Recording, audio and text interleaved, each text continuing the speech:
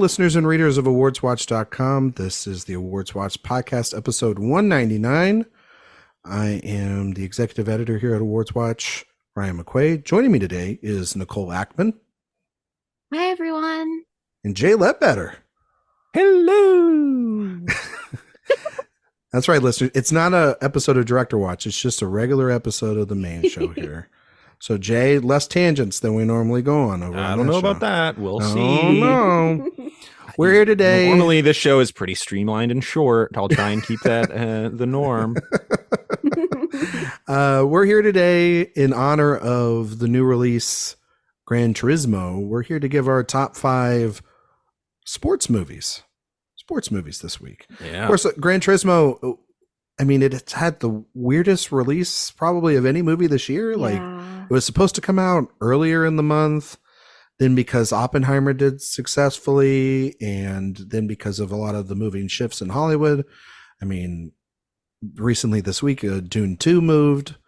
And so, that film will not be talked about in the Oscar conversation. So whatever we talked about with Dune a couple weeks ago on the predictions episode, just throw that out the garbage. It doesn't matter anymore about Dune. Just save it for the following year. Yeah, just save it for the week after the Oscars, because that's when Dune 2 is supposed to come out. That's normally when the most successful Oscar movies come out, is the week after the prior year Oscars. Hey, sometimes they come out before last year's Oscars have happened. Sometimes they come out at South by Southwest, which was literally last year at the Oscars, and Everything Everywhere All at Once wins, Jay. So you never know. Well, that was its festival release. Yeah. We live in a brand new world. Exactly. We live in a world where anything can win. But it's not going to be Dune this year, I can tell you that. But then, Gran Turismo, it released internationally. It's come out. I don't think any of you guys have seen it, right? No. Nicole didn't see it. Jay? I do want to see it eventually, just because I love David Harbour and I will follow him straight into hell. As proven by me wanting to see Sounds like you movie. saw Hellboy. But I have not made it a priority yet. I will love watching it from the comfort of my couch. Yeah, as the filmmakers intended you to make it, to watch it. I will say a lot of our listeners are probably, if they are seeing Gran Turismo today, they're celebrating National Cinema Day, National Theater Going Day. Do you guys have like a favorite recent theater going experience of late? I mean, it was Oppenheimer for me, if you want to talk about just like a recent one. Was it not like two nights? People who felt like they were strapped into their seats. Was it not 2 nights ago, Jay, for you? 2 nights ago. When you saw The Master in 70 millimeters? Yeah, well, that was fantastic. That was fantastic. I'd forgotten about that. How could you forget?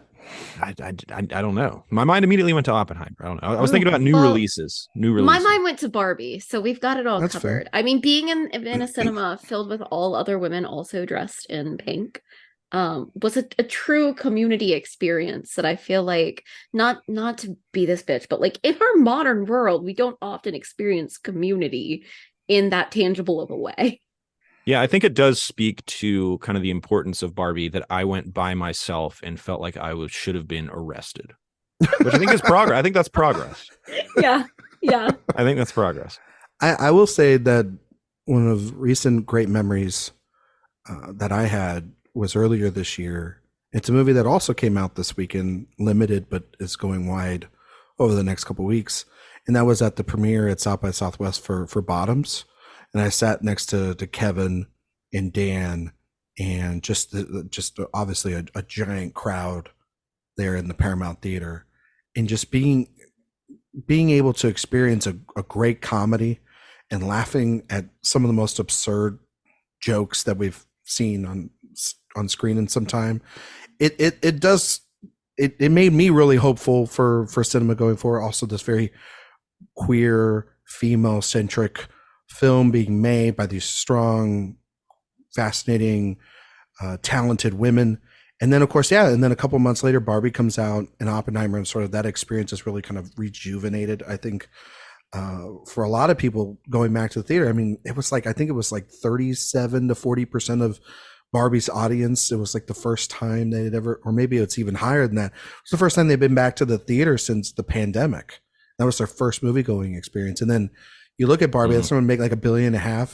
Oppenheimer's knocking on the door of 900, might even crack $1 billion. That is ridiculous. That is, it is insane. Movie? For that movie, like Barbie, Nicole was actually very correct about Barbie, saying that it was going to be the movie of the summer when we did our summer movie draft. I was right. But for all the Floppenheimer jokes on there, it really kind of succeeded any expectations because, I mean, for a 3-hour long movie with like one action piece and it's very talky, to be even the idea of knocking on the door of $1 billion and being Nolan's highest grossing film outside of 2 Batman movies is truly insane. If you asked me, if you had me going cold and had me watch that movie and you're like, how much money do you think that movie grossed? I would have said, I don't know, 60 total? Yeah, for that movie, yes. Wait, opening weekend or just like in general? No, total. Like it was only going to make 60 million. Domestic 60. Oh, okay. Bet watching that movie. International, whatever. 100. Okay, sure. So it would have made a 160 run on $100 million budget.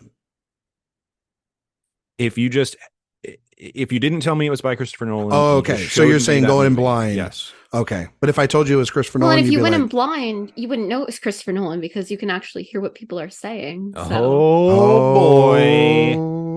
Which is a compliment to Oppenheimer, to be clear. On this sports movie podcast, Nicole's favorite sport, beating up on Christopher Nolan. Pretty much, yeah. No, good for Nolan. That movie rules. I've never had the sound complaints with this movie that others have, but you know, maybe it's like cilantro. You know, you ever hear that about cilantro? Where like some people, I do have a hearing impairment, so no, but I could hear them on Oppenheimer. So. No, but some people have like, you know, they don't have any problems with Nolan stuff. Like like some people think cilantro tastes like soap, but then others don't have that problem. So it's actually a genetic thing, whether or not you can you can hear Christopher Nolan's movies. It is. But no, I say that with, I hope, you know, I've been noticing that all the screenings for the $4 cinema day have been really sold out. People are going back to the theater, really taking it up. Also, just the idea of $4 at a theater anymore is really big. And the fact that, you know what, I did notice one thing, and then we can get into our top 5 is, and I don't know if you guys have this in your areas still, but all the dollar theaters in my area are gone since the pandemic. There's no such thing as a dollar theater here anymore. And I feel like that went to them really, so I don't even know. No, I know, but for us, you know, we're journalists and we see films for free, or, you know, we'll go see them opening weekend. For a lot of families, the dollar theater can be a great way to see a lot of films, but also financially speaking, a way for them too. And so I was thinking about that this weekend, and everything's $4, and, you know, everyone's seeing streaming. Exactly. Well, yeah, no, I understand that, but you know, it's also most of a dollar theater's revenue is for the theaters themselves, not for the studios. It's for those workers and the concessions. So it's just something to think about. Something that I had my entire childhood, like, you know, where it was literally one, like over the last couple of years before the pandemic, it was one street showed all the movies, and then 6 weeks or 8 weeks later, it would be over on like literally two blocks over. And so, in good seats, you know, nothing bad about them. Just it's, you know, you're paying like $4 or $3 to see the movie. Did either of you appropriately celebrate National Cinema Day today? I go to the theater. I didn't get to go because but I wanted to. I wanted to see. Look at us. I wanted to see Oppie again, but all the times were sold out. I was shocked actually, and so I'm going to watch something here tonight. I felt like watching a movie. That's how you celebrate National Cinema Day: watching a movie at home. I think you watch. I watched 2 movies at home today. Right? I was on daddy duty. I couldn't go to the theater. Well, you can't go to the movie. You got AUB. You know what I mean? So you want. What did you watch? I can't say because we might talk about them. Oh, we might talk about them in a couple of weeks. Oh, they might have been for the express purpose of deciding if they belonged on this list or not. Okay, well, you never know. Yeah, I also was watching a couple of movies for this podcast, hence could not get out to see movies in the cinema. I'm gonna watch one movie tonight, though. I know what I'm already watching, and it's not gonna be Green on this Lantern. list. No, I'm gonna watch The Flash. Rewatching twice. Dark Waters. Well, now we're talking. Now we're talking. No, I was thinking about. I'm deciding between two films. I think I was gonna watch,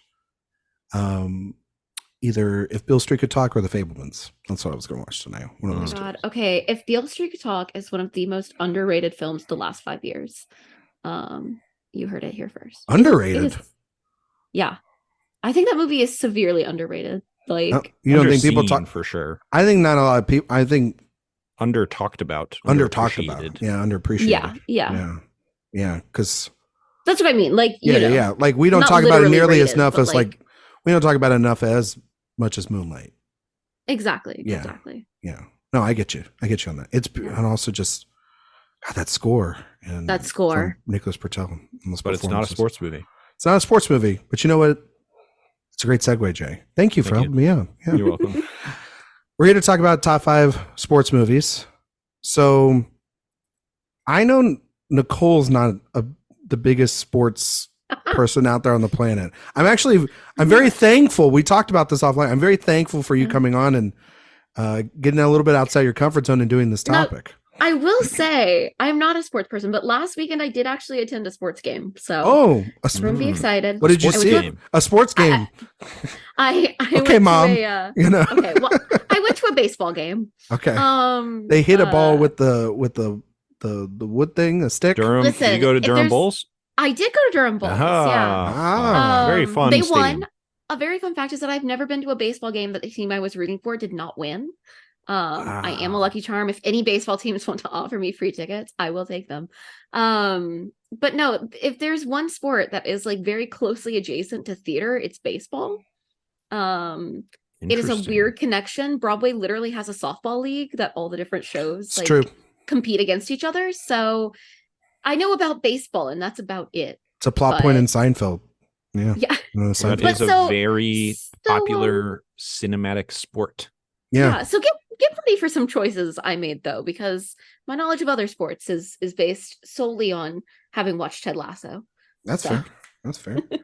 Jay, you big sports dog? So you liked the first 2/3 of sports, and then when season 3 came around, you're like, "Oh, sports suck. I said, Why are they so I- long?" I liked sports when they were in Amsterdam, but that's it. Only Jay- Amsterdam sports. Jay, you a big sports guy? Big sporto. I'm a sports head. Love sports. Football season just started. Can't wait. So this is going to be a nice little way to ease into football season here. Just talk about sports. Also, my baseball team is elite, and I'm hoping they win it this year. I think maybe. I don't know if they are. I mean, they got a really good. No, they have the best definitively the best team in the regular season, at least. So in the National League. We'll see. No, in the whole league. Debatable. Who are you going to? I still think that to be the champions, you got to beat. I'm saying in the regular season. In the regular season. I mean, yeah, show up in the playoffs. That's all that matters. They beat them in the World Series 2 years ago. And who won the World Series last year? And the cheaters did. No. Ooh. Or maybe Still cheating after all these years. Nah, I don't think so. Not Better beat even the my team. allegations.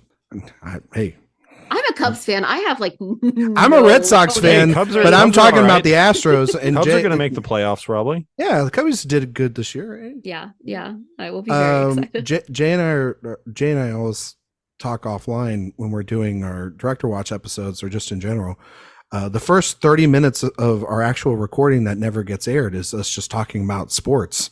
Yeah, and now this part is going to get cut out as well. Nope, it's staying all in. The duality of man. Well, I mean, we talk The duality about of men. we've talked about fantasy football because we're in a league together. We talk about each other's teams, whether we have a chance in hell. Jay is an Atlanta Hawks fan and an Auburn Tiger fan. I'm a Longhorn All fan Atlanta, and a Cowboys fan. We'll talk about basketball every now and then. I'm a giant Spurs fan. Jay is an Atlanta Hawks fan. Thank you, Jay, for that number one pick. Tough existence. Thank you, Jay, for giving us Victor Wembanyama. I really appreciate You're that. welcome. Sorry. And Yeah, we'll talk about anything. It's always fascinating. It's always fun to talk about sports. I think, though, for anybody that says, especially in our sphere, at AwardsWatch or just in general in movie land, if they say they're not into sports, they're lying to themselves because they follow the biggest sport around, which is the Academy Awards. So there's the horse race of the Academy Awards. Exactly. You know, it's a dog and pony show, as they call. So I'm just saying. Sport. I'm just saying, I mean, some people you can't get hurt along the way. Some years it is a contact sport.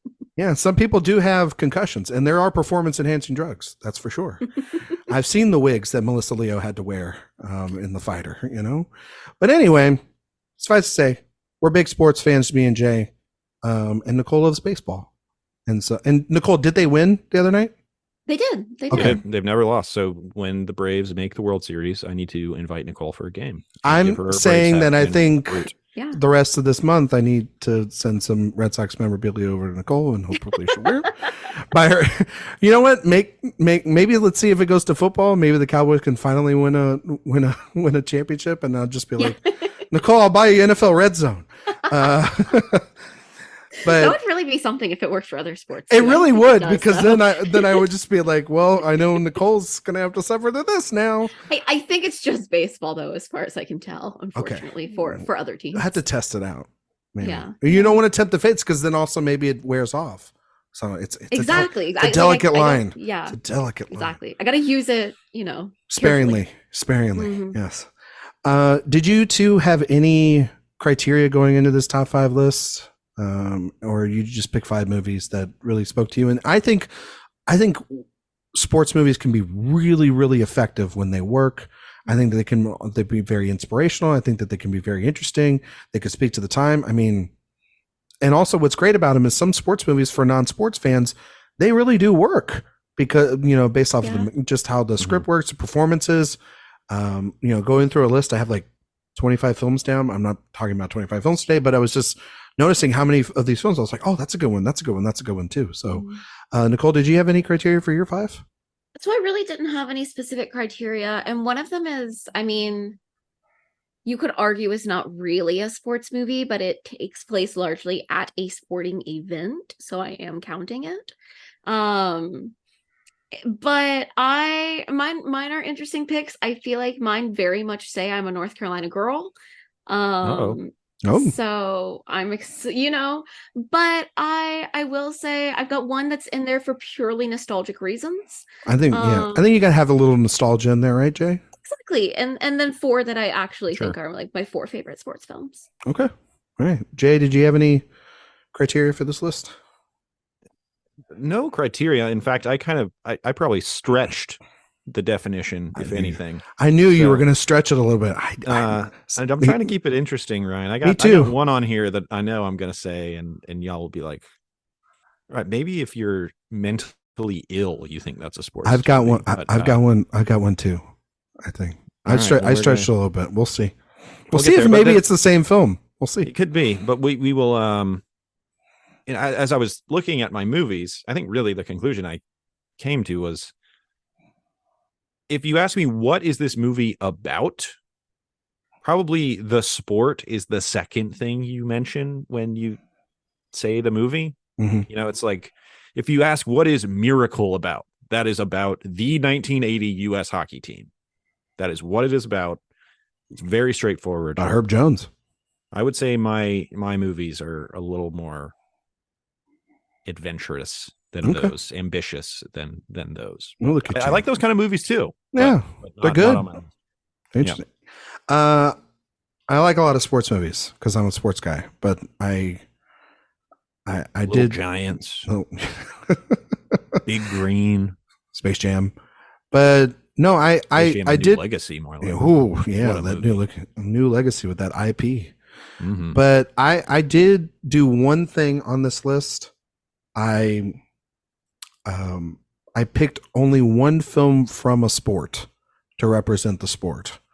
But there's other films in there that, there's other films that I could mention, and I will mention those will be my honorable mentions, but there's clearly one film in those quote unquote sports that I think for me are a little head and shoulders above and fit with, I think, a style of other movies that came kind of around it about the process of the sport or the complexities of the sport or the people in them. So I did that entirely by accident, but I did that as well. Oh, okay. Only one movie per sport.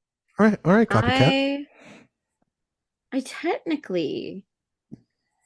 Technically. Kind of didn't. You'll I'm see. interested. Oh, don't we love a technicality. Speaking of which, Nicole, let's just jump right in. What's your number 5? Oh, one thing before Nicole does start. If you've never listened to an Awards Watch top 5, it's simple. We'll go 1 to 5. Every one of us will go. If that person does mention a film that it's on somebody else's list, we will talk about that as a whole together. So if Nicole's number 5 is Jay's number 2 and in my number 3, we will talk about that collectively as one conversation rather than having 3 separate different conversations about that here on the show. So there you go. Sorry, Nicole, didn't want to stop about that. I wanted to explain that for the listeners, especially if you're a first timer here on the show. And Nicole, your number 5 sports movie is. So my number 5 is going to be my nostalgia pick. And I'll be honest, this might actually, I haven't rewatched it in a couple of years, and it might actually rank higher than this. My ranking is very loose, as always. Ask me tomorrow and I'll rank them differently. But my number 5 is a classic. It's A League of Their Own. Obviously, I feel like with everything we've already established about my taste. Do not dismiss this as a nostalgia pick. This deserves. This is right. I'm saying it is a classic sports movie. I think it's, it has so much going on in it in addition to the sport, but the actual sports part of it is also very engaging. Because one of my big things with sports movies is I've seen some, and I won't name names, but where the storyline that's going on outside of the gameplay is interesting, but the gameplay is not done in an interesting way. And it loses me. And I'm like, if I wanted to just watch sports not filmed in a cool way, I turn the TV to that. I need something fun here. Or, So, and I think this does a great job. I think it's a classic for a reason. What else is there to say? It's sort of, for me, the defining example of this is how you do a good, solid sports movie. Yeah. Jay, you got it on your list? It's not on my list, but it is such a great example of kind of a classic formula that is presented in a totally new way, right? Like this women's baseball league during World War II is not something that had ever been presented on screen, but it does kind of abide by many of the rules that you see in these kind of sports movies. And at the end of the day, it's not as much about the baseball, right? I guess it's, what would we say this is mostly about? Sisterhood? I think it's mostly about these community of women and this experience of going through this sport. I mean, because it's almost seen as like the David Strathairn character is kind of recruiting them almost as a side gimmick until the men return home from the war. But it becomes popular and bigger than it becomes something that then, while some could consider it's happy, it becomes very, very poignant when you have all of them together at the end. They're at the Baseball Hall of Fame, and the fact that Strathairn character sort of kept it alive for so many years, and they built a legacy that then landed them in a place that would rank up there with all the greats that have ever played baseball. And without that, without that succeeding, does softball exist?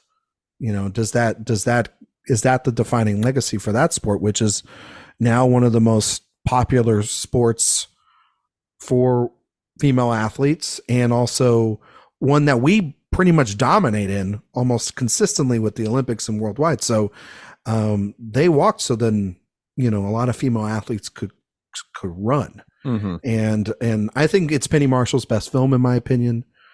I think Gina Davis is incredible. Madonna's amazing, fantastic. Rosie O'Donnell's fantastic. A truly wonderful performance from Tom Hanks. Very supporting character coming in here, very against type for him. I love it when he throws the thing at the kid. He still wasn't Tom Hanks. No, that was 2 years later. He gets Philadelphia, I believe, and then Forrest Gump back to back. But this was the chops of showing something different than being in Big and being in, Bosom Buddies still and Splash. You know, he's playing this grizzly guy, and he's got great chemistry with Gina Davis. So I think, like I said earlier, she's phenomenal in this movie. So yeah, it's like you said, Nicole, a classic for a reason. And it does hold up. I saw it last year, and that movie still moves. It's got a pace to it that you just you get sucked up in it, even if it is a little formulaic. You're like, no, this thing works. There's just a movie being formulaic is not a problem. It's how it's presenting the formula to you, and that movie's just so damn entertaining that you can't want to watch it over and over again. I remember watching it a lot when I was a kid. It was an AMC. So which one? I love Lori Petty. She's the best. She's good in that. Yeah. Jay, your number 5? So my number 5 has been, I guess, not entirely mentioned yet, but we mentioned the Durham Bulls. How about Bull Durham? Nice. Is going to be my number 5. I just want to give a shout out in general to Ron Shelton, just a great director of sports movies. Yeah, I could flip flop Bull Durham and White Men Can't Jump for my number 5. I love both of those movies.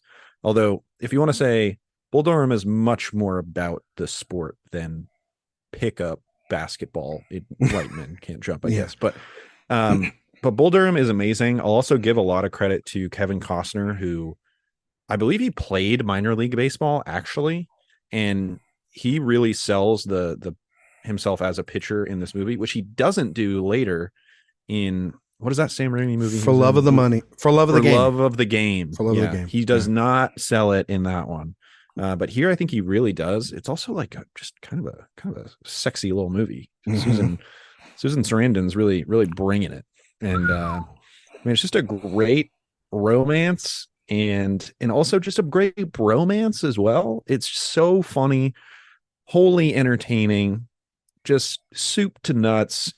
Great film, Bull Durham. Absolutely love it. And yeah, the stadium now, they still have that big bull in left field. It's not the same stadium it was back then, but they kept that because of the movie. It's a huge draw for the Durham Bulls. There you go. Nicole, do you have Bull Durham on your list? I actually don't have it on my list, but it's I haven't seen it in so long. I need to rewatch it. It's so fun, and I was in that thing. Okay, and I was thinking about that movie the other night though, because I was at the stadium, and they, like you said, they have the bowl, and its eyes light up red, and So what a good choice. That is my spoiler alert. I'm just gonna, because I have to say it's the rules of the show. It's my number 1 movie. Number 1? Wow. Yeah. I didn't know that. Yeah, I love Bull Durham. I saw Bull Durham way too young. And Jay's right. That movie is steamy as hell. Susan Sarandon. Oh my God, Susan Sarandon. I wish I could whistle because I'd go woo woo. There you go. There you go. My God. Her and Tim Robbins and Costner in that movie, it's absolutely just one from a love triangle perspective. You can't get any better than those 3 movie stars at the time, just really knocking this movie out of the park, no pun intended. And then I think it has as accurate of a depiction of being in the minor leagues as we've ever seen, outside of maybe the one scene in Moneyball. There's a scene in Moneyball where Brad Pitt has to send a guy down, and the disappointment in his face, that actor's face, they must have gotten a former baseball player for that scene, because that's the feeling of Crash Davis the entire time. There's that scene where Crash is on the bus and he talks about going to the show, and it was like, I think what it was like 11 days or something, but it was the best 11 days of his life. And they're talking about this, minor league home run record, but it's this mirage of like, does it even matter? And he's been brought in here to be the catcher to this talented young pitcher played by Tim Robinson. I mean, between the punching fight to then, of course, Annie seducing both of them, and Crash basically letting Lelouch be with Annie the entire time, but it's the yin and yang between the two of them, the tug and pull, because she has her methods of how it works to get a player to go to the major leagues, and he has obviously the experience of being in the major leagues, and yet these two are attracted to one another in Sarandon and Costner, to the point, but by the end, is that these two lost souls, that while Lelouch goes on to the pros, they are stuck in this reality of the minors. and they're the peak of the minors, but they'll always be there. And it's completely sexy. This movie is hot. Don't get me wrong, but it's also extremely funny and deeply moving. And I mean, all of Crash's lessons ultimately then work for Lelouch in his favor and in such a tragic kind of way. And I think Costner's incredible in this movie. It's you know, say what you want about like him now as like Mr. Yellowstone. This era, Costner was a movie star. Star. He was incredible. And Sarandon, probably my favorite performance from Susan Sarandon outside of this and like Thelma and Louise. And Tim Robbins playing an absolute idiot. There's so many memorable moments like where Crash tips the pitch to the baseball guy and he goes, and then it brings up the bull sequence where like, look at that, he hit the fucking bull. You know what I mean? It's there's things like that, or when they're all on the mound and Robert Wool has to go out there and, you know, one's got a cursed glove and they can't figure out what to get the one guy for his wedding gifts, and Lelouch's father's out there and they're all going kind of crazy out there. There's so many memorable lines, but yeah, Sheldon's, that movie is a masterpiece in my opinion, and it's in the Criterion Collection, and I highly recommend anyone picking that movie up because its restoration is actually really, really good. So I just want to say Ryan misspoke when he said that Tim Robinson was in this film, but that gave me a good idea. Did I say Tim Robinson? I meant Tim Robinson. Dude, you said Tim Robinson, and I was sorry, like, I was in my head. Good. I'm sorry. I meant if I that. said Tim Robinson, I meant Tim Robbins. Sorry. I think you should leave. More like I think you should get up to bat and star in the remake of Bull Durham. That's what I think you should do. 500 baseballs, 500 strikeouts, 500. You know. But yeah, that's my number one. Okay, we've covered Thelma and Louise now. There you go. My number 5 is my out there pick. So this is a movie I see.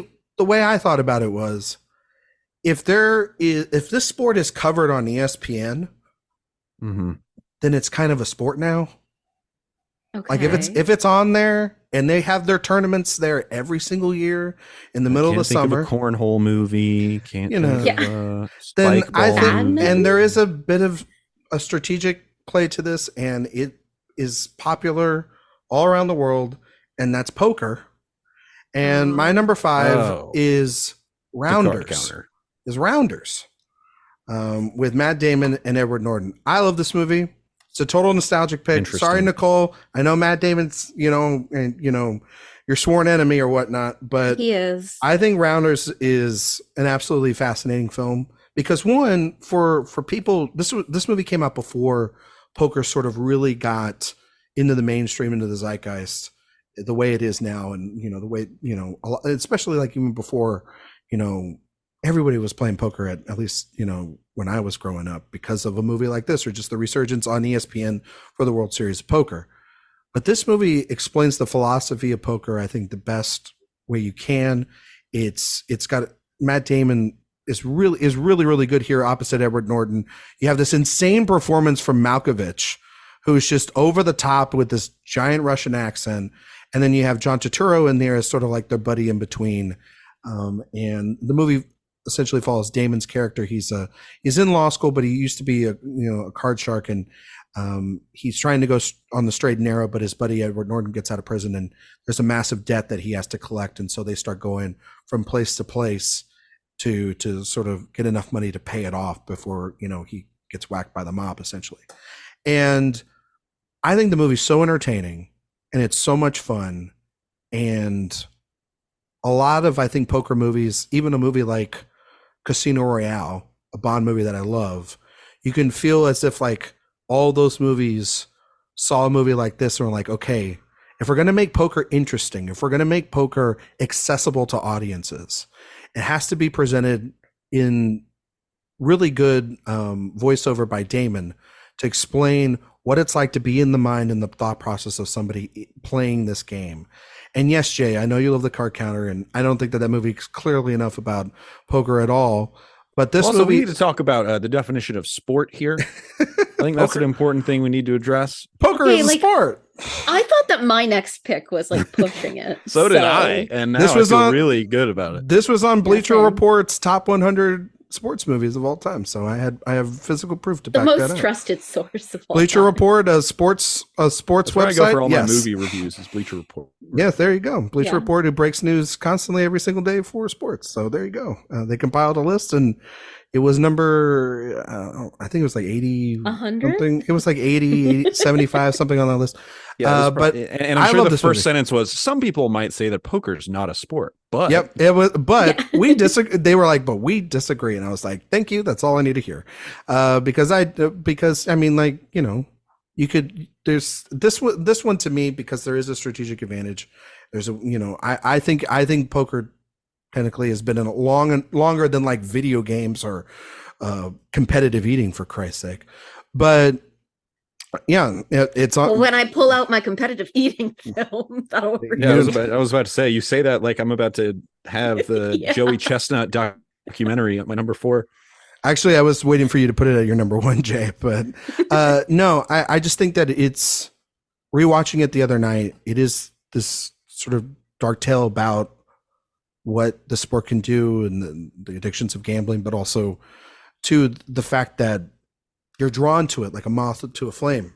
And it reminds me of a lot of sports movies where athletes can't give it up. It's always inside them. It's always this ability to want to compete, to want to know that they're the best. By the end of the movie, he sort of gives up, you know, Damon gives up everything. He's going to the World Series of Poker. He's like, I don't have any faith that this is going to work, but if it does, I'm willing to throw it all away. And it's a gamble. And I find that to just be really interesting. And yeah, it's a movie of its time, but it's really rewatchable. It's a really rewatchable, accessible, fun film. And yeah, you got to watch it alone just for Malkovich. Malkovich is doing insane work in that movie. Have you heard the story that Damon tells about Malkovich? Yeah, where he's like, they all were excited for Malkovich to come on set. And then Malkovich comes on. They didn't know what the voice was going to be. And it goes, if you don't pay me my money. And they were like, all cheering, and Damon was like, what the hell is this? And Malkovich leans forward and goes, I'm a terrible actor. Like, you know, to break the tension. Terrible. And it's like, and it's great. Oh yeah. Damon's got some good stories. But anyway, yeah, Rounders, my number 5. All right. All right. We pushed the rules limits to the limit. Yeah. The rest of them are more sports films. Yeah. I feel so comfortable with my next pick. Okay. My number 4 is Logan Lucky, which is not really about racing, but it does take place at a sporting event. I was wondering what you were saying when it comes to that. Yeah, no, that's that's a big part of that plot. Listen, and there is a character who is actively participating in the sport, and maybe he's played by Sebastian Stan. I don't know. Didn't notice. But no, truly, I think this movie is so funny. I love it. And also, obviously, also like being a North Carolinian, I've not been to the Charlotte Speedway yet, but I've been to my local county speedway a couple of times. I have seen some racing. I love kart racing. It is my sport other than baseball. And I think this is so funny. There's so much going on in it, and there's also like this cast, whenever you put it all together, is such a weird amalgamation of people, like Channing Tatum and Adam Driver and Riley Keough and Katie Holmes and Daniel Craig, and Jack Quaid is like randomly is there with very long hair. And Hilary Swank.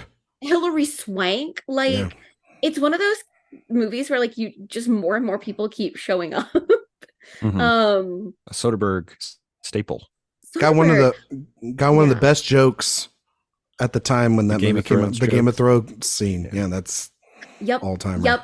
Listen, I still thought that was funny. There's something about the way that Adam Driver says cauliflower that I like genuinely almost fell off the sofa. I was laughing so hard like the second time he said Driver's great in that. He's so good in it. He was on the heater at this time. Listen, it helps by like Adam Driver is a great and underrated comedic actor. Correct. Shtick. Usually the best dramatic actors are pretty good at it. Case in point, look at Ryan Gosling, as a recent example. True. But I also think this is like one of those movies that shows again like how good Daniel Craig is at comedy, Oh, and that man. like Oh, his this was comedy totally is a so Knives Out good. tryout. This is like Exactly. you do this movie so Yes. then Benoit Blanc could sprint. Yeah. Literally, like, yeah. I'm Foghorn, incarcerated. Incarcerated. Oh. This is one of those movies that there's so many good quotes in it. The writing is so good. And I do think that there's some like, on top of all the like comedy, heist, sports stuff, there is also some genuine feeling in it. I like how much it's about family. My best friend is from West Virginia. So like Country Road. Oh no, Oh, Jay. yeah. No. Oh okay. yeah. I Jay, enjoy we're it. losing she sings listeners. it in the movie. Yeah, I know. Whenever we bring up that movie, that's the first thing my wife and I about- do is we sing Country Roads the way that girl sings it in that movie. Which I mean, is, at the time, everybody was singing Country Roads in their movies at that time. Yeah. was that's that true. in- That's the song of the moment with that. Yeah, that and It the was. Kingsman movie. Alien Covenant. Yeah, Yeah. Kingsman movie. But too. yeah, it was very fun to watch this again because I rewatched this yesterday. After having watched like Daisy Jones and the Six, I always just find it fun to see actors who've like gotten bigger in a role that they did earlier in their career. So it was very fun to see Riley again, especially like because I Riley also Keough. interviewed her Uh-oh. for Awards Watch. So Ooh. plug. Look at somebody trying to humble brag during a top 5 list. Yeah. All right. I am, but only because it's also an Awards Watch humble brag. Yeah, yeah.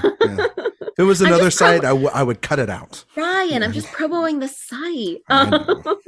But no, I truly love this. And like I said, I know I'm stretching sports movie a little bit, but it is I picked a poker integral movie to for the Christ's plot. sake. I picked a So, poker movie. Come on. Now we are truly just freeing out here. We can pick anything. You know what? So- You're welcome. That's all. So it's not on my list. Just get ready for my next one. I'll say that.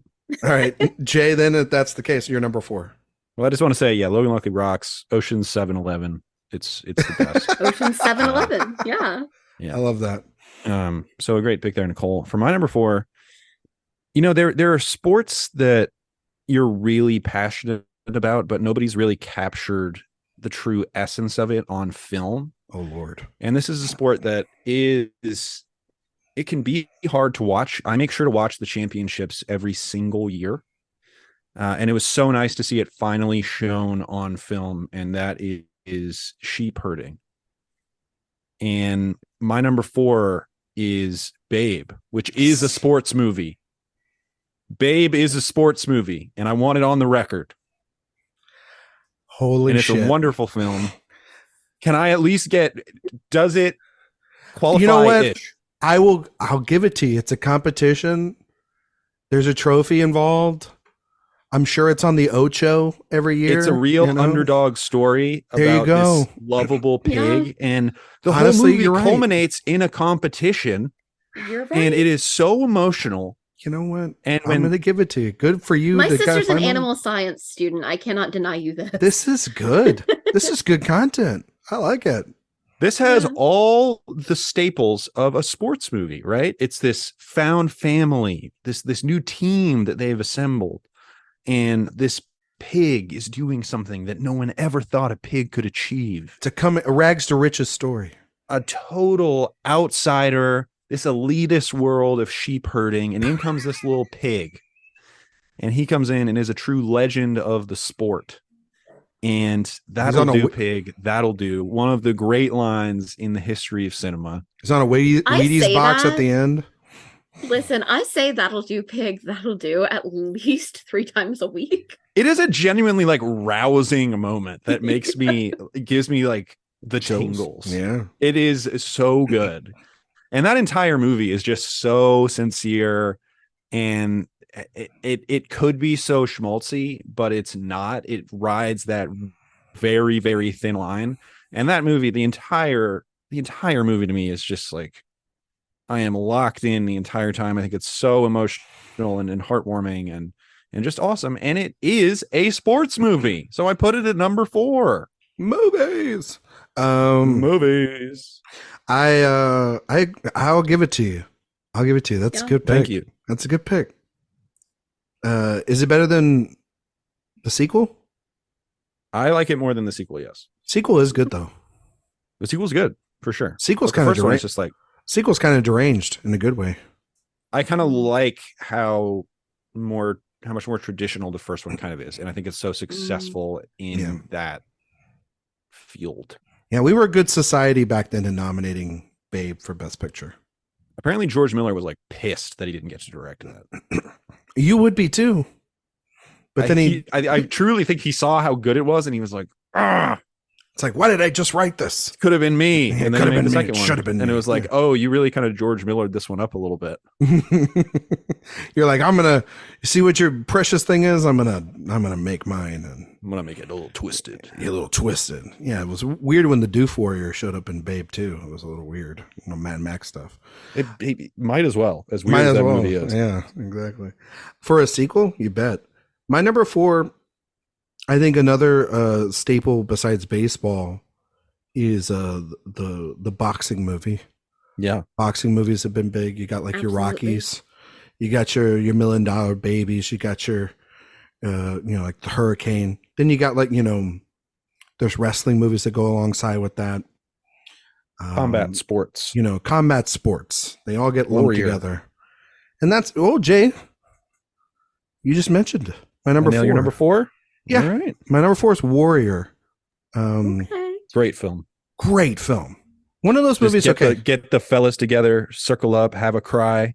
I mean, hug it out. I mean, it really is one of those where you're like, I remember seeing the trailer for Warrior and thinking, oh, okay, I just saw the movie.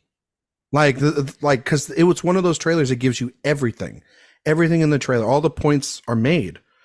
So I was like, oh, well, I'll go see this in the afternoon, like at a 3:00 showing. I'll get it out of the way because I heard good things. I think, we mentioned Shelton earlier as a good director of sports movies. Jay, Gavin O'Connor is actually someone that is really done a great job of being a very niche director in the sports movie. You mentioned one of his other films earlier in Miracle, which I think is that might be the best Disney sports movie outside of maybe Remember the Titans, maybe. And then he had the Way Back a couple years ago with Ben Affleck, which that movie is more about alcoholism, I think, than actual basketball sequences. But this movie, the fighting is almost secondary to the stories of these two brothers, played by Joel Edgerton and Tom Hardy, going at each other, because you have Tommy, played by Tom Hardy, who is he's in this castaway, and he had all this promise and it was thrown away. And he has to go back to his father, played by Nick Nolte, who's absolutely fantastic, Oscar-nominated performance. And he doesn't trust any of them. He feels like, because he had to take care of his mom, and Brendan, played by Joel Edgerton, got all the advantages in life. It really is this very much this brother versus brother resentment film. But then you add in the fact that Edgerton's almost losing, on the verge of losing his job, or lost his job. He needs to get into this mixed martial arts tournament to save his house.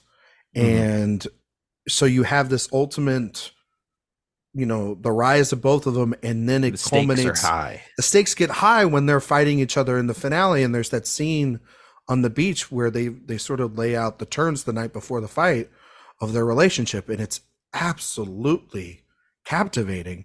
Mixed in there, Nolte, who is this AA, alcoholic father of theirs, where Joel Edgerton doesn't want anything to do with him, but Hardy needs him. And this man is sort of caught in between the middle of his two boys.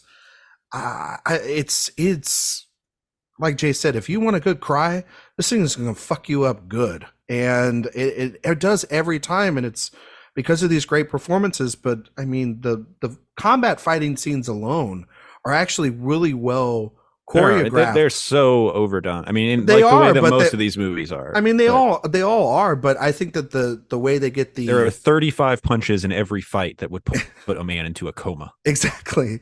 But I think that there's a way in which O'Connor uses his camera to get you really into the intimacy of these fights that I don't think a lot of other films have captured. And I think that then Ryan Coogler is able to capture boxing in a really fascinating way a couple of years later with something like Creed.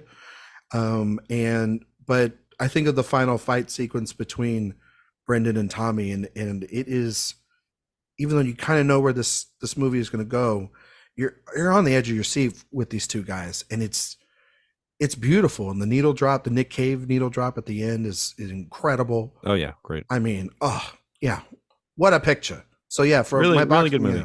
Yeah, really good movie. I had to put it there. So honorable mention for me. And Gavin O'Connor is just a great meat and potatoes director, and a lot of times those guys make the best sports movies. And this is one of those. Nolte's so good in this. I don't think we talk got a about Nolte impression. I'm your father, Brett. I'm your Ishmael. You know, my two sons fighting each other. Brendan. Yeah, I mean, maybe that sounded more Riddler on your end, Jay, than it sounded like. I don't know. Anyway, Nicole, you got a Nick Nolte impression, or you want to give us your number 3? I really don't think I do. have an impression, not like, no, I don't want to give you my number 3.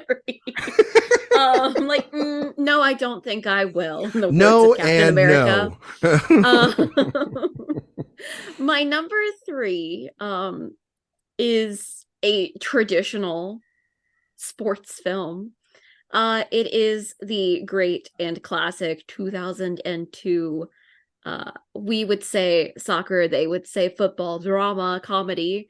Bend It Like Beckham. You gotta bend it like you Beckham. Gotta bend. You gotta bend it, and if you're gonna do it like Beckham. You gotta. I love this movie. I actually watched it for the first time yesterday because I finished it this morning actually because I realized I was like, I can't go do like a sports movie podcast not having seen this. And let's just say that if I had seen this when I was in elementary school when it came out, I might have figured out some things about myself a little sooner. It's a steamy movie. Listen, Keira Knightley in the 2000s. I'll leave it there. I will say it is not a movie that has like aged perfectly, which is why I have to put it a little lower on my list, even though I loved it. Particularly everything to do with Jonathan Rhys-Meyers.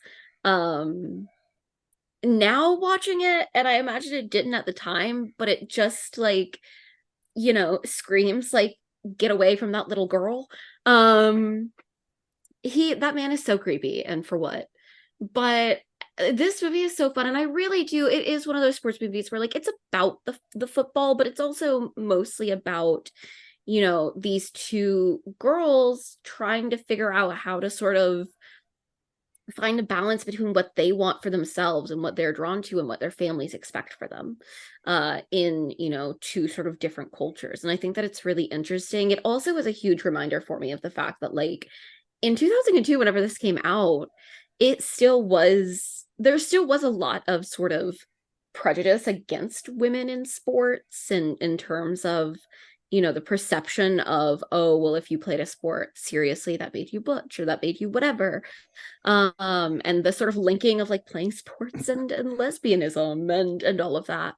And the fact that like they're so excited to get to go to America because there aren't really opportunities for them in the same way in the UK at the time. And it's interesting now to sort of, look back on that time. Like you were saying, sports movies can really capture something about a specific era.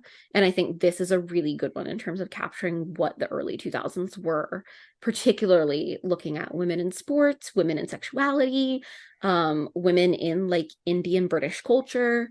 And I loved it. It's also so funny, but I also cried watching it. It's a good one. It's been a really long time since I've seen that movie. Like well over a decade. Genuinely would recommend like rewatching it. I need to. Yeah. Nicole, thoughts on Jonathan Rhys-Meyers? Oh, I hate him so much. Anti. Very anti Jonathan Rhys-Meyers. Partially because the characters he plays, I have big questions about. I have never seen that man play a character that like, how do I put this? I've never was seen him appealing play in a any way character- whatsoever. Yeah, that like wasn't the villain, whether or not the script knew he was. Like, but I also there's some stuff that circulated about him, like particularly on the set of The Tudors, that really turned me off of him. in his temper and things like that. So I'm very anti. I also think he comes off in this movie as so damn creepy. He's just very unsettling. He's the kind of man that like I would not want to be in a dark alleyway with. All right, we're officially declaring Awards Watch an anti-Jonathan Rhys Meyers podcast. Awards Watch is officially pro baseball, anti-Jonathan Rhys Meyers. Okay. I don't know if we speak for everybody, but I'll go with it. I'll go with in this movie, at least. In that movie, yeah, for sure. Yeah, there's no way he's the hero of that story. All right, Jay, you're number 3. My number 3. We're moving to the world of basketball. This will be the first basketball movie, I believe, and also the first documentary. The great documentaries of all time: Hoop Dreams. Space Jam, A New Legacy, the great documentary about the decline of pop culture due to IP. No, Hoop Dreams. Truly, I believe, one of the great documentaries ever made. A film that is kind of, as I mentioned earlier, what is it about? Oh, it's kind of about America. And then through the lens of basketball is really what it is. Steve James, one of my favorite documentarians ever. And this to me is absolutely his masterpiece. If you haven't seen it, please check it out. It's over 3 hours. Or right at about 3 hours. Yeah. About these kind of 2 kids in high school who are coming up and trying to get basketball scholarships in Chicago. And it's such an incredible portrait of these 2 different families, these 2 different tracks, and also kind of America at a particular place and time. And that's kind of Steve James's specialty, is using something very broad to make extraordinarily intense and insightful observations about the world. And this to me is the greatest example of that. So absolutely check out Hoop Dreams if you haven't. It's a wonderful documentary. I highly recommend it. It's not the basketball film I picked for today, because I knew Jay would have it on his list. I know I know he's a big fan of that film. It's also in the Criterion Collection if you want to pick it up. Yes, I highly recommend it. It's just a great depiction. Also, just to if you're behind the scenes, you're paying attention in sports, of NIL money and how the world of these, where basketball is now, is a lot having to do with, I think, that film, and particularly recruiting in college athletics and when it comes to it. And I think it was a documentary, not just shining a mirror, like you said, Jay, on the time, but what was to come and where we're at currently. And I think it's still 100%. Very resonant. And I would highly recommend too the movie High Flying Bird from Steven Soderbergh to kind of attach it with it. Those 2 movies shot on an iPhone, but I think they both are kind of they're kindred spirits to one another. But those aren't the basketball films I selected, because my number 3 movie, Jay, I know you like. I don't know if Nicole's seen it. I wasn't going to get away with not putting Spike Lee on my list, and He Got Game. Oh, now we're talking. Love He Got Game. That has been on my watch list for so long.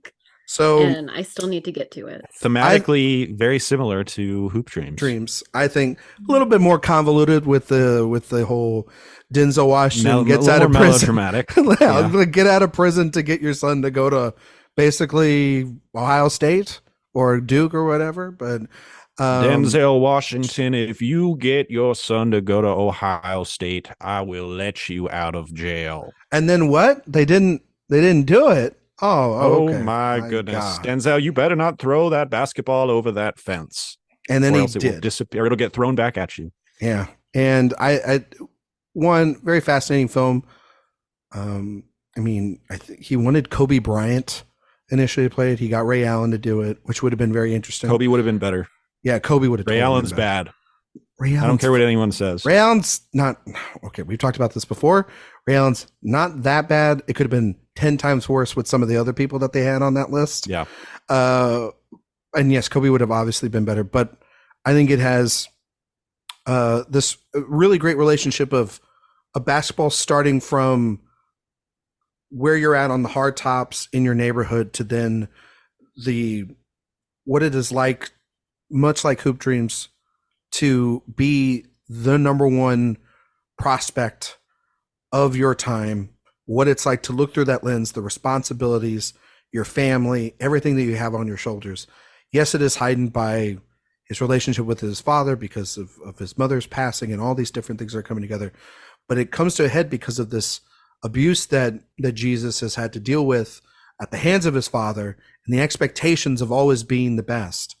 And Spike has like these sequences where they're playing in the neighborhood where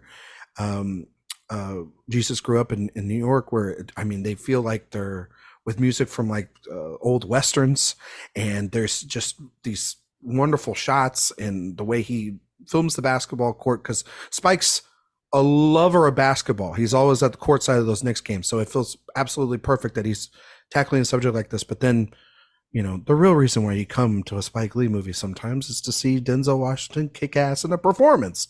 And he's absolutely incredible in this. There's a couple of side plots that are, whatever, you can take them out. But on the whole, this is a movie about confronting your past before you make a decision about your future. And I think that it's one of Spike's best.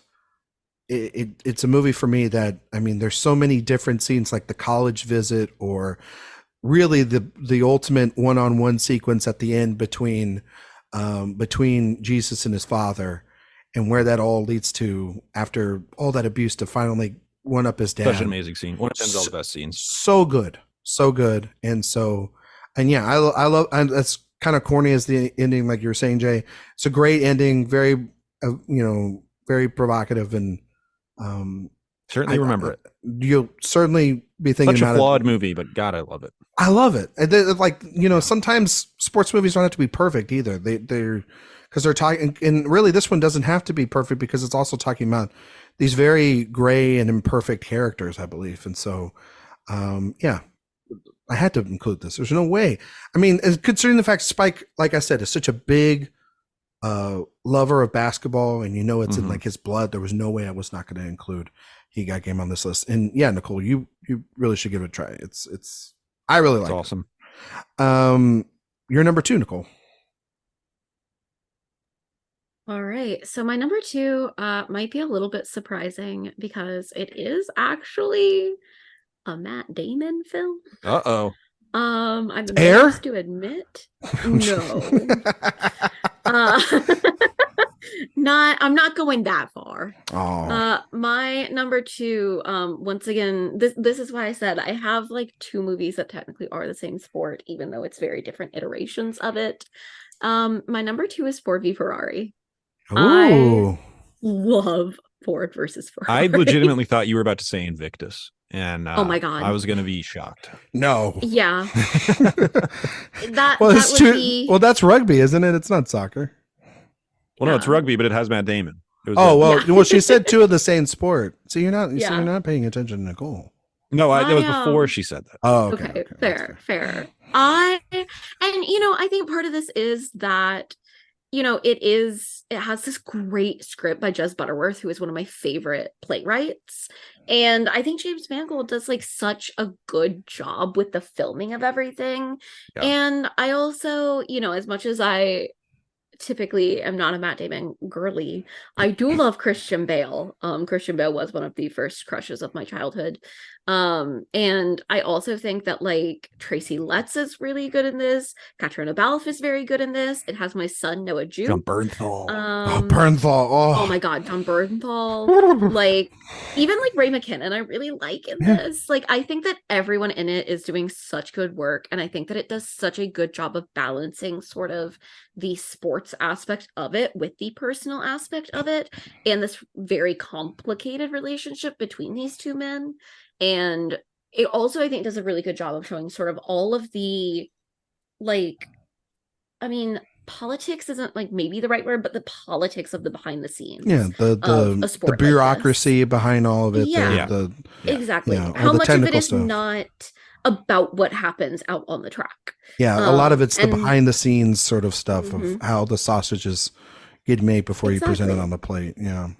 It is also, I think, the only movie that my father has ever asked me to go see in a movie theater with him, typically I'm like, hey dad, we're gonna go see this. And he, whenever it Big came out, time was like, dad movie. hey, He's actively. can we go see this together? Yeah. And I was like, absolutely, yes, we can. Yeah. And Well, so that's I the went to see Mangold it with special just right my there. dad. Yeah. I Mangold's mean, like, Kids I'm bonding gonna with their dads. Yeah, you Yeah. want to go? Well, and yeah, it didn't work for him this year with Indy, but you know he's, you know, he's pretty much, if you want to make a movie for your dad, 310 to Yuma, Walk the Yeah. Line, 4v Ferrari, Indy, this bad Bob Dylan movie he's about to make, you know, all these things. Like it's not going to be good, and yeah, he's cornering the dad on the dad market. That's for sure. That's what he's cornering. But 4v Ferrari is a great movie. Yeah, who doesn't love a dad movie? They're fun. Yeah, I mean, I mentioned Gavin O'Connor. James Mangold is like the evolved version of Gavin O'Connor. He's a level up. I can see that. And Ford v Ferrari, on a given day, it could totally be on my top 5. I freaking love that movie. The movie just talk about a movie that, no pun intended, because of the sport, it just moves.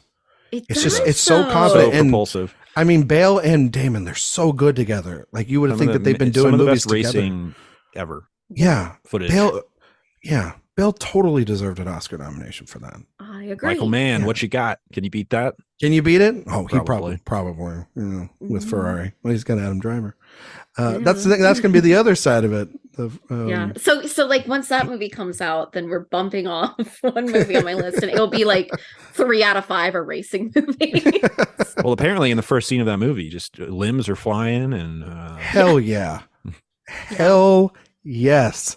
I can't wait. If you've seen Black Hat, you know that the violence in that movie is like to an insane level. So I can only imagine like limbs falling off. Oh, it's gonna be great. Take your whole family. Jay, your number 2. Yeah, great pick there, Nicole. If I wasn't such a big sheep herding fan, it might have been able to crack the list. My number 2, I'm sticking to the same sport. I'm sticking to auto racing. But this is a film that is not going to be on very many people's lists, but it is on mine. A masterpiece, my favorite Wachowski film, Speed Racer. That's right. Oh my God, I didn't even think about this. Okay. I rewatched this today because I absolutely adore this movie. You talk about a film that is playing with the form and truly, in my opinion, expanding the scope of what cinema can be. That is what Speed Racer is doing. And it was a commercial failure. It was a film that was completely rejected when it came out. But if you look at what has come after it, I truly think this was an incredibly influential movie that was just a few years too early. And I think the performances in it are so great across the board. You've got some questionable folks in the cast, but they do great work. I'm looking at you, Matthew Fox and Emile Hirsch. Yeah, but I mean, the film itself, it has that Wachowski sincerity that I just love from them, and was kind of their staple for so long, and what separated them from so many other great blockbuster filmmakers. This was such an adventure that was so inspired by what had come before, but also was pushing things forward in ways that we didn't even realize at the time. You talk about a movie that moves, a movie that is propulsive. This thing doesn't even cut.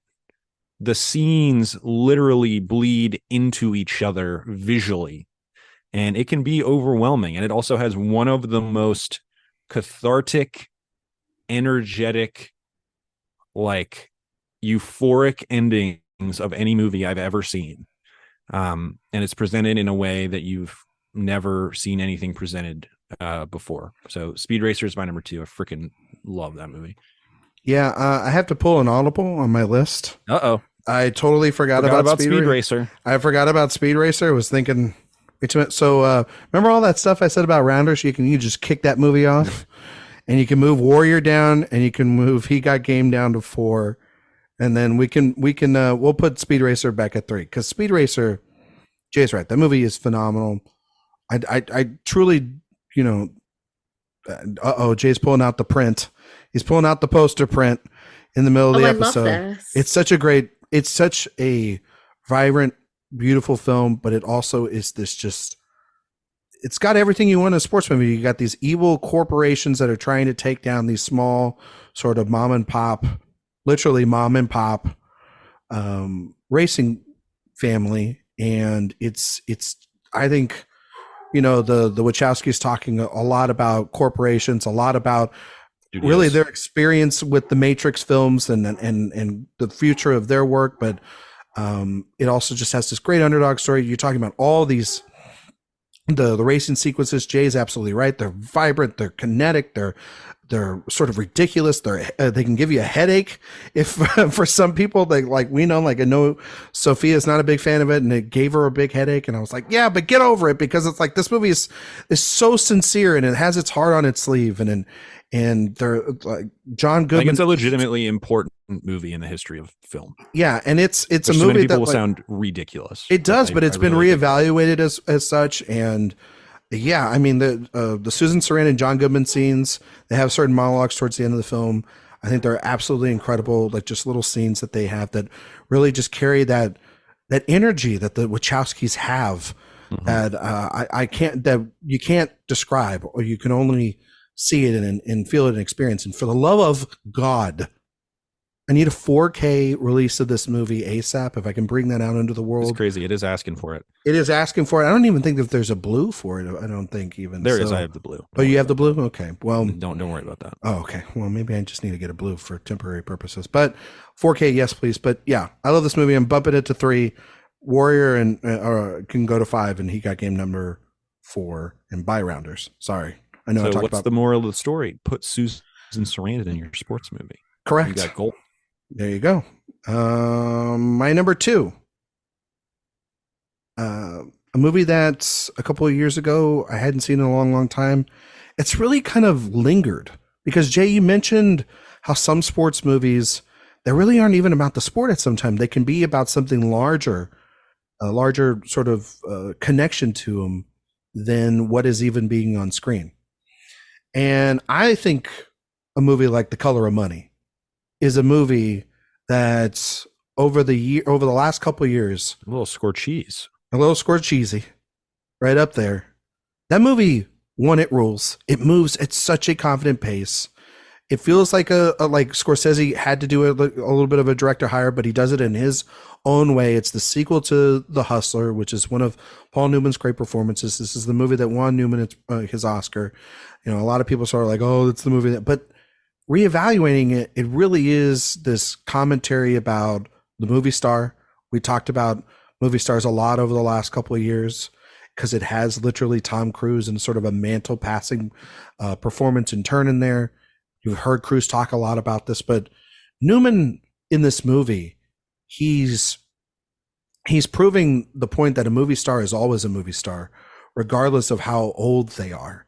And his performance is so kinetic in this movie. And it starts off as him just kind of slowly getting back into it. And by the end, you're like, oh, the guy was never gone. He's always had it and can always tap into it. And you see throughout the film the potential of Cruise's character in something like the sequence where with the needle drop Werewolves of London, where Cruise is walking around and he's big and he's doing the things a young man would do, but the subtlety of what Newman is doing throughout the film is exactly what keeps you as a movie star, keeps you as a professional, keeps you as one of the greats of all time. And I think Scorsese knew this. This is why he wanted to do it.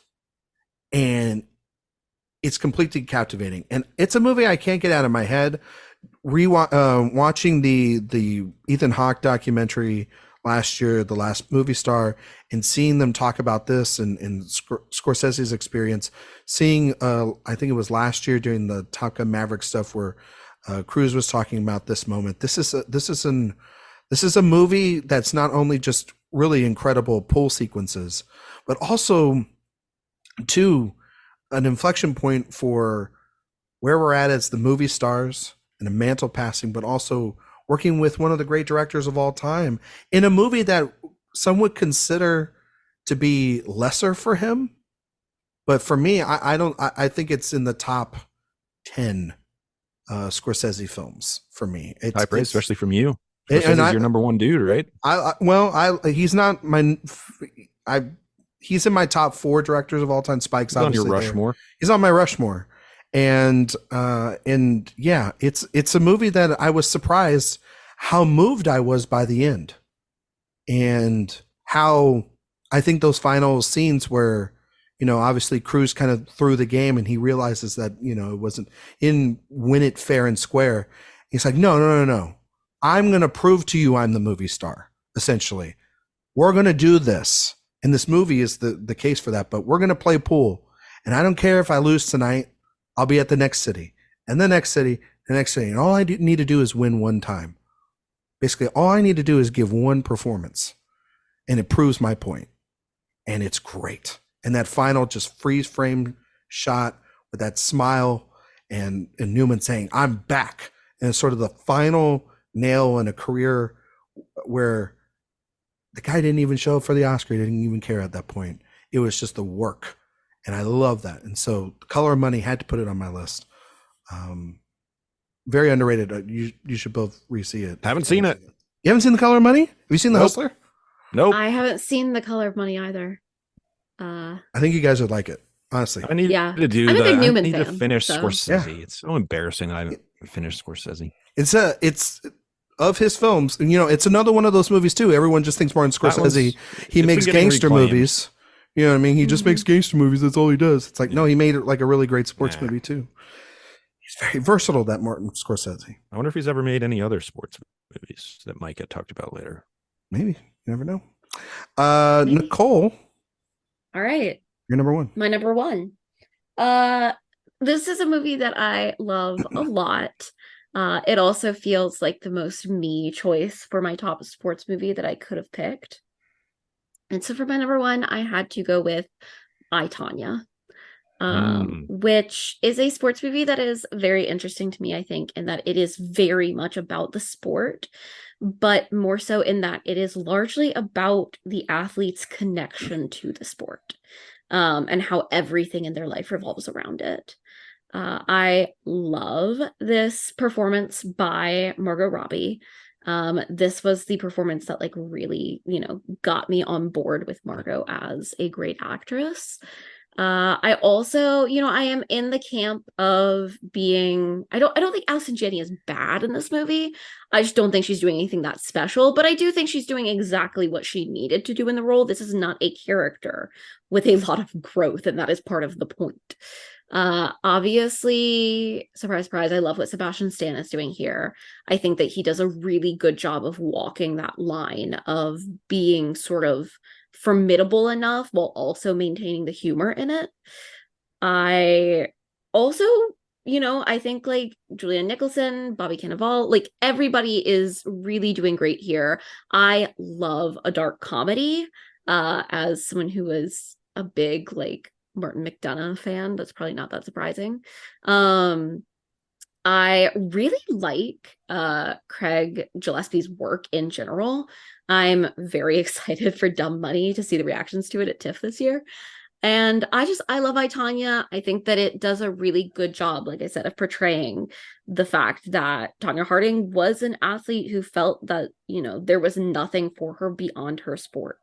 And watching everything fall apart for her is really heartbreaking, even as you sort of see her own complicity in that downfall, because you see how much she depends on it for her identity.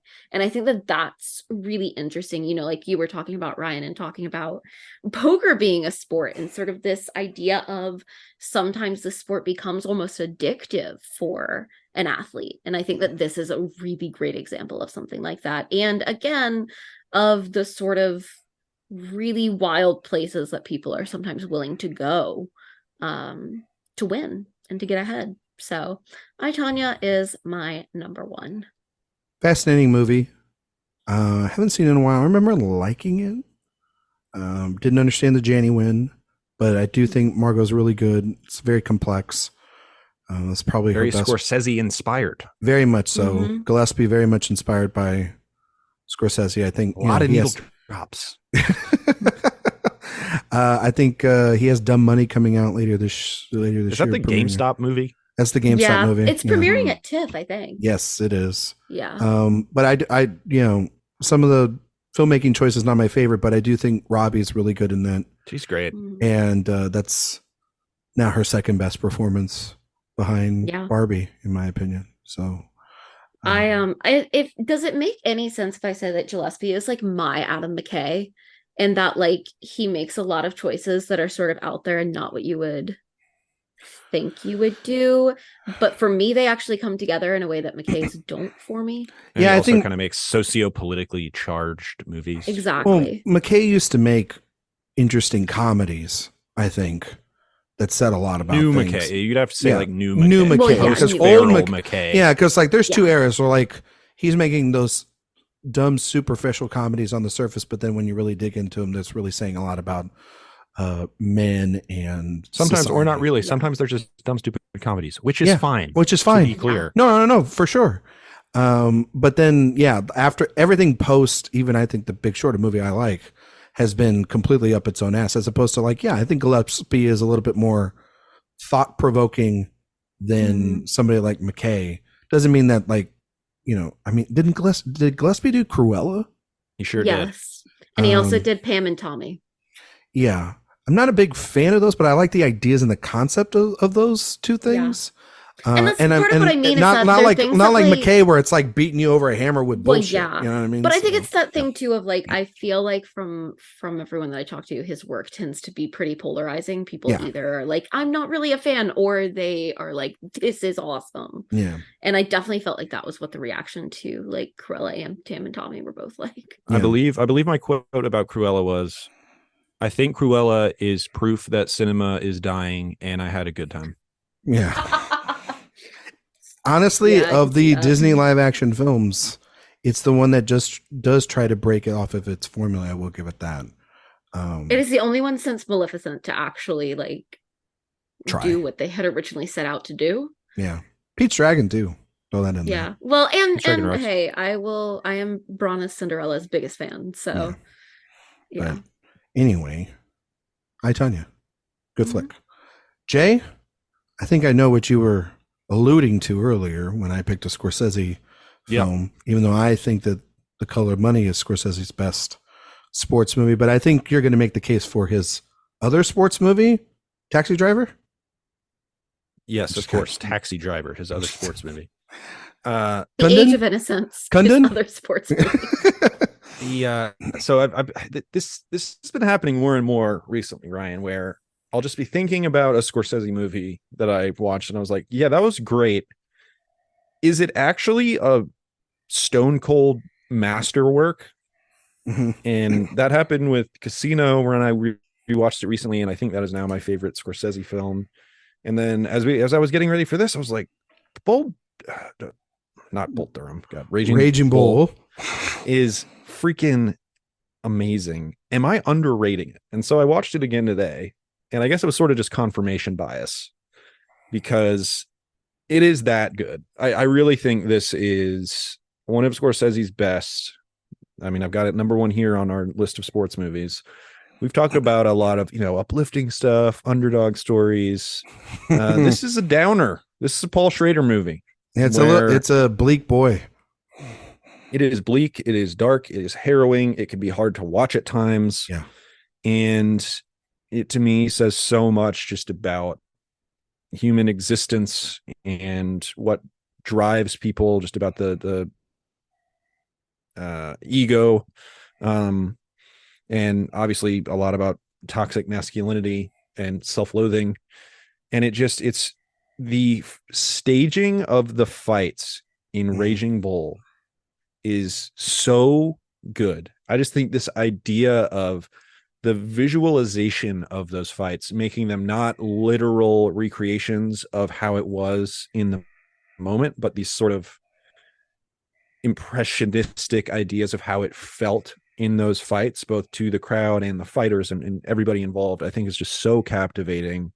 De Niro is out of this world amazing in the movie. It, to me, it is the best that a sports film can be, because the sports action is captivating. It's about so much more than the sport itself. The direction is like 10 out of 10. Everything from the sound to the cinematography, the choice of black and white, I think is pretty brilliant. All of the performances are amazing. The editing is, as always with, early Scorsese, incredible. It is a master class of filmmaking that just happens to be about a sport, and it's my number one. I think what I do like Raging Bull. I don't love it. It kind of Yeah, I know this is not one of your like faves. it moved down a little bit for me when I rewatched it. I think last year or the year before. I do want to give it another chance. I think the unfair thing to it was I was watching all of Scorsese's films and wasn't watching it as a singular event. And I think that watching a movie, I watched like that and Taxi Driver in the same day. And I think Taxi Driver is just such an evocative, weird, you know, a film that I liked it more when it was called Joker. Shut up. Shut up. That was a good one. Damn it, Jay. Good job. But no, I think that movie just has so many questions, even long after you're watching it. And Raging Bull is a little bit more straightforward, but also it's just as heartbreaking. And I think of Pesci a lot in Raging Bull. The relationship that he has with women is completely disposable, treats them like garbage, says a lot about LaMotta, you know, what he thinks of everybody around him, sort of the decay of him as it goes on. But the constant there, the real breaking point of the film is when there's this, when he goes over and, you know, insinuates that his brother is having a relationship with his wife, and goes ballistic on it and really just breaks the family dynamic. And then the most heartbreaking scene at the end is when his brother's trying to get into the car, when Pesci's trying to get in the car, and he's trying to hug him and trying to connect back with them, and it's done. It's already gone. Yeah. And I think that, you know, you're right, Jay. Those boxing sequences are, I mean, they're incredibly shot. It's almost at such an early point in his career. It's such a flex from Scorsese. A lot of people like, you know, it's not my favorite Scorsese. It's probably like 12 or 13, somewhere in there. Color Money's a little bit ahead of it, just but they're both similar star ratings. I like them. It's not that, you know, I'm going to compare two great movies against one another, but De Niro's what we do. That's all we do. De Niro's great in that movie, and it's, I mean, it's kind of the culmination of the work he was doing with Scorsese too. These all-encompassing black pits of derangedness and soullessness that are attached Schrader, to men. Yeah, you know, and then Schrader attached to it as well. You know, writing these. He was one of the great screenwriters and wonderful Twitter followers, if you want to follow, or Facebook followers. Facebook, yes, you know. yeah. Yeah, he's not getting into the. And it also reaffirms. What does Scorsese believe above all else? A man is at his lowest when he starts doing stand-up comedy. Between that and it's almost a precursor to the King of Comedy, which is wow. I love that movie better when it was called Joker. But anyway, Todd Phillips better than Martin Scorsese. No, let's just be real. No, he's not. Okay. No, jury's out. We got Joker 2 coming. Jury's out. We got what is it called? Joker. Jokers. Joker. I'm not ready for that thing next year. No. Maybe Warner Brothers will delay that one. Right?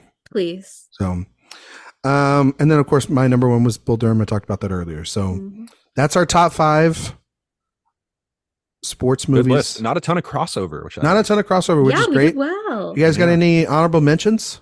Oh boy. Jay, do you have some? Definitely. I mean, Remember the Titans, which we kind of briefly mentioned. How about one from just a couple years ago, The Novice? Did y'all see The Novice? Oh, I did not, but I remember hearing about it. That's good. Yeah. Very good one. Yeah. Creed. Yeah. Field of Dreams, another Costner baseball movie. The Natural, Redford, love that one. The F1 documentary Senna is fantastic. If you want to partner that up with Diego Maradona, made by Diego Maradona, same director. Yes, whose name Asif Kapadia. Kapadia. Yep. And The Wrestler, all shout out. Which Aronofsky just keeps going down in my. sort I of know. mind as a good filmmaker. I did not But rewatch. that one I think is never gonna.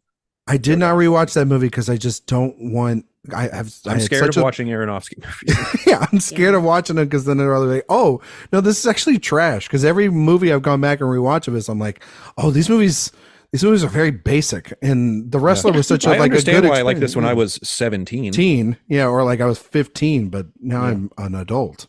North Dallas 40. You mentioned Remember the Titans.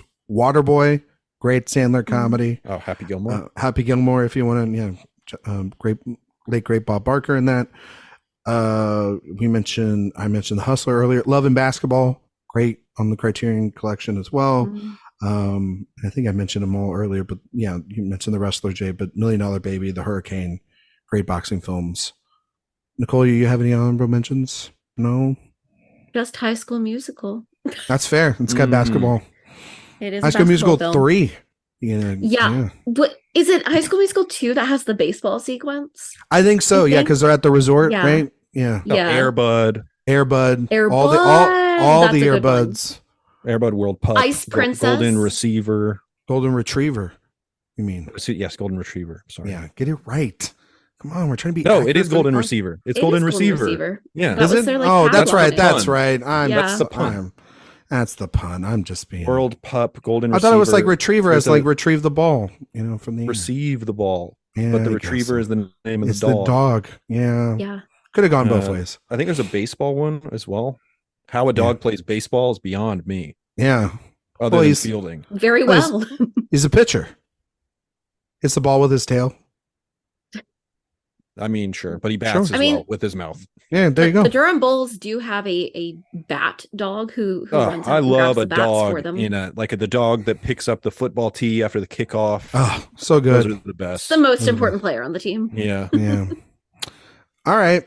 Well, we are going to get out of here. So, Nicole Ackman, can you tell us where we can find you and all your work on the internet? You can find me on the internet on Twitter. I refuse to call it anything else. Instagram and Letterboxd at Nicole Ackman 16, and you can find my work at AwardsWatch and over at Culture Cabinet, which I share with my friend Lex and fellow AwardsWatch member Dan Bear. Jay Ledbetter. You can find any work I'm doing over at Old Awards Watch. Make sure to listen to the Director Watch podcast on this very feed featuring Nicole Ackman on our Dark Waters episode.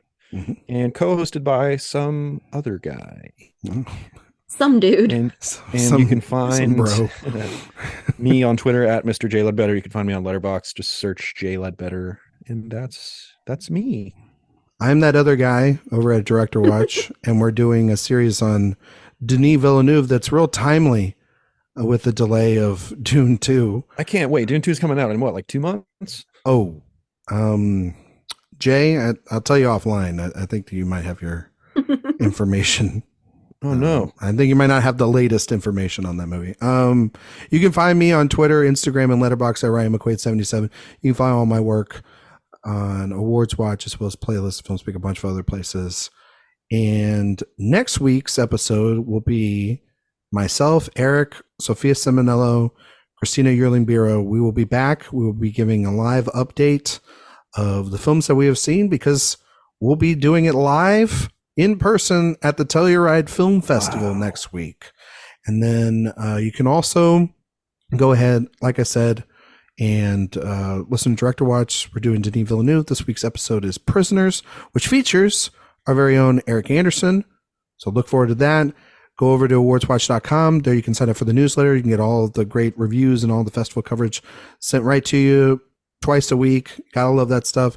And while you're over there on iTunes and Spotify, go give us 5-star ratings over there. We greatly appreciate that as well. So we will be back next week with a Telluride update. So thank you all so much for listening. We'll see you all next time.